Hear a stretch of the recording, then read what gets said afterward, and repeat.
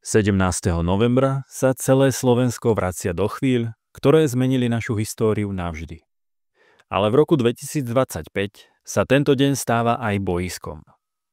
Ako sa na tento odkaz novembra pozerajú politici? A prečo rastie napätie spoločnosti? Na Devínskom hrade pri bráne Slobody, kde kedysi národní buditelia ako Ľudovít Štúr snívali o samostatnosti, sa zišli stovky ľudí pri príležitosti štátneho sviatku Dňa boja za slobodu a demokraciu. Prezident Peter Pellegrini tu predniesol prejav, ktorý bol mostom medzi minulosťou a prítomnosťou.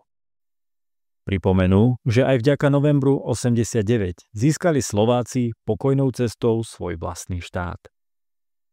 Zdôraznil civilizačný pokrok, členstvo v Európskej únii, NATO, eurozóne, slobodu cestovať a rozvíjať sa. Ale neobyšiel ani tiene. Mnohí ľudia po revolúcii čelili stratám úspor, práce, ekonomickým ťažkostiam. Ak sú títo ľudia presvedčení, že bez zmeny režimu by sa im dnes žilo lepšie, potom nehľadajme chybu v nich. A nehľadajme ju ani v novembri 89, povedal Pellegrini a kritizoval ponovembrové garnitúry, ktoré nedokázali naplniť nádeje. Jeho posolstvo? Vrátiť slušnosť do verejného priestoru. Nežná revolúcia bola vedená bez hnevu a túžby po odplate, s dôrazom na slušnosť a odmietnutie násilia. Skúsme tieto hodnoty vrátiť do verejného priestoru i do našich medziľudských vzťahov. A na záver volal po rešpekte. Všetci sú právoplatní občania tejto krajiny a všetci majú právo si povedať svoj názor, ak s niečím nesúhlasia. Ale musí byť vyjadrený slušne, normálne a my ostatní sa musíme učiť tento názor rešpektovať. Pellegrini uzavrel prejav želaním pre študentov. Prajem Slovenskej republike všetko dobré k štátnemu sviatku boja za slobodu a demokraciu a želám všetkým mladým ľuďom a študentom na Slovensku všetko dobré pri príležitosti ich sviatku Medzinárodného dňa študentstva. Práve tu sa začína trhlina. Prezident Pellegrini, inak blízky premiérovi Ficovi, otvorene kritizoval jeho retoriku okolo 17. novembra. V rozhovoroch pre médiá označil Ficove slová za provokáciu. Ako prezident uviedol pre viaceré médiá, premiér ako keby chcel znevažovať študentov a mladých ľudí, ktorí v tento deň vyšli do ulic. Pellegrini vidí vo Ficových slovách pokus znehodnotiť hrdinstvo mladých. Prezident kritizuje, že ak premiér hovorí, že 17. novembra bol komunistický puč, ako by chcel všetkým študentom povedať, že tam boli zbytoční, lebo to bolo celé pripravené. Premiér krajiny by sa podľa prezidenta takýmto spôsobom nemal vyjadrovať. Pellegrini si stojí za tým, že hrdinami novembra 89 boli práve študenti a všetci občania, ktorí vtedy vyšli do ulic. Deň boja za slobodu a demokraciu je podľa neho potrebné oslavovať, nie ho dehonestovať. Pellegrini súčasne podotkol, že slová premiéra Fica sa nezhodujú s výpovediami ľudí, ktorí boli svedkami revolúcie, ani s historickými faktami. Podľa hlavy štátu tak ide zo strany Fica len o snahu zaujať a rozprúdiť diskusiu. A varuje pred dôsledkami. Prezident zdôraznil, že premiér by si mal uvedomiť, že je premiérom všetkých občanov, nielen tých, ktorí ho volili. Na mieste je podľa neho zmierenie tónu a snaha viac argumentovať, pretože práve takáto drsná rétorika je podľa prezidenta zdrojom rastu napätia v spoločnosti. Ako dodal, Fico za posledné mesiace predvádza tvrdý štýl politiky a taký štýl politiky Slovensko nepotrebuje. Prezident súčasne považuje za chybu, že sa vláda rozhodla zrušiť 17. november ako deň pracovného pokoja. Žiaľ, poslanci moju výzvu nerešpektovali alebo s ňou nesúhlasili a nakoniec definitívne rozhodli, že 17. november bude natrvalo zrušený ako deň pracovného pokoja. Myslím si, že to tiež zbytočne prispieva k zvýšeniu napätia spoločnosti, pretože sa ukazuje, že občania Slovenskej republiky tento štátny sviatok a udalosti novembra 89 považujú za jeden z najvýznamnejších míľnikov v novodobej histórii Slovenska. A zaslúži si mať rovnaké miesto, možno ako aj Slovenské národné povstanie. Povedal Pellegrini s tým, že vláda urobila chybu, čím zvýšila napätie v slovenskej spoločnosti. Táto kritika znútra koalície, prezident versus premiér, ukazuje, ako 17. november odhaľuje trhliny v jednote moci. Z koaličnej strany Hlas prichádza iný pohľad.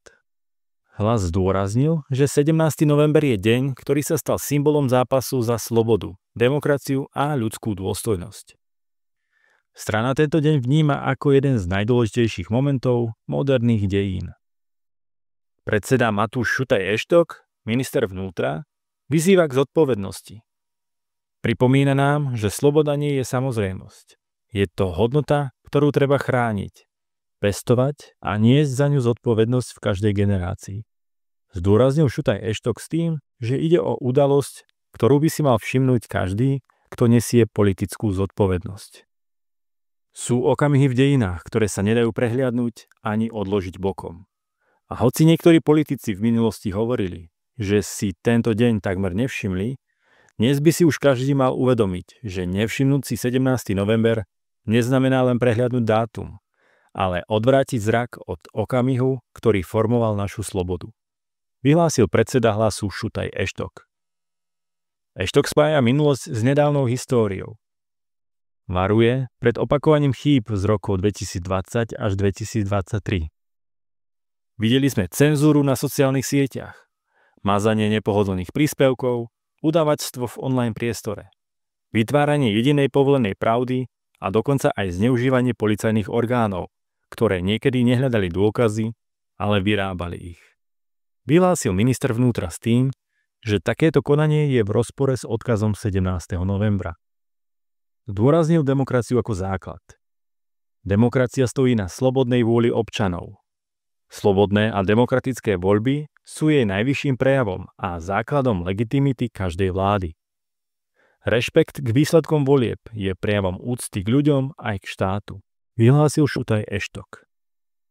Nezabúda tiež na študentov.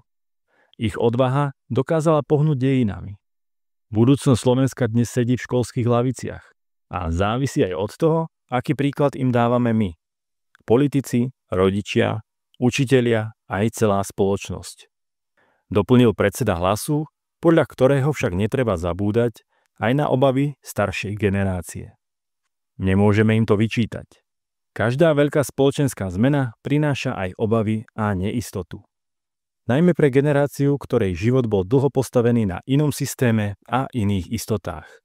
Povedal Šutaj Eštok a zdôraznil dôležitosť rešpektu k ich pohľadu na svet. Zároveň však platí, že Slovensko má právo presadzovať svoje národno-štátne záujmy, doplnil minister vnútra s tým, že rešpekt k vlastnej suverenite znamená aj zodpovednosť voči občanom Slovenskej republiky. Demokracia nie je hra bez pravidiel. Sloboda musí ísť ruka v ruke s ich dodržiavaním. Ak slobodu dusíme alebo pravidlá ignorujeme, končíme v autokracii alebo anarchii.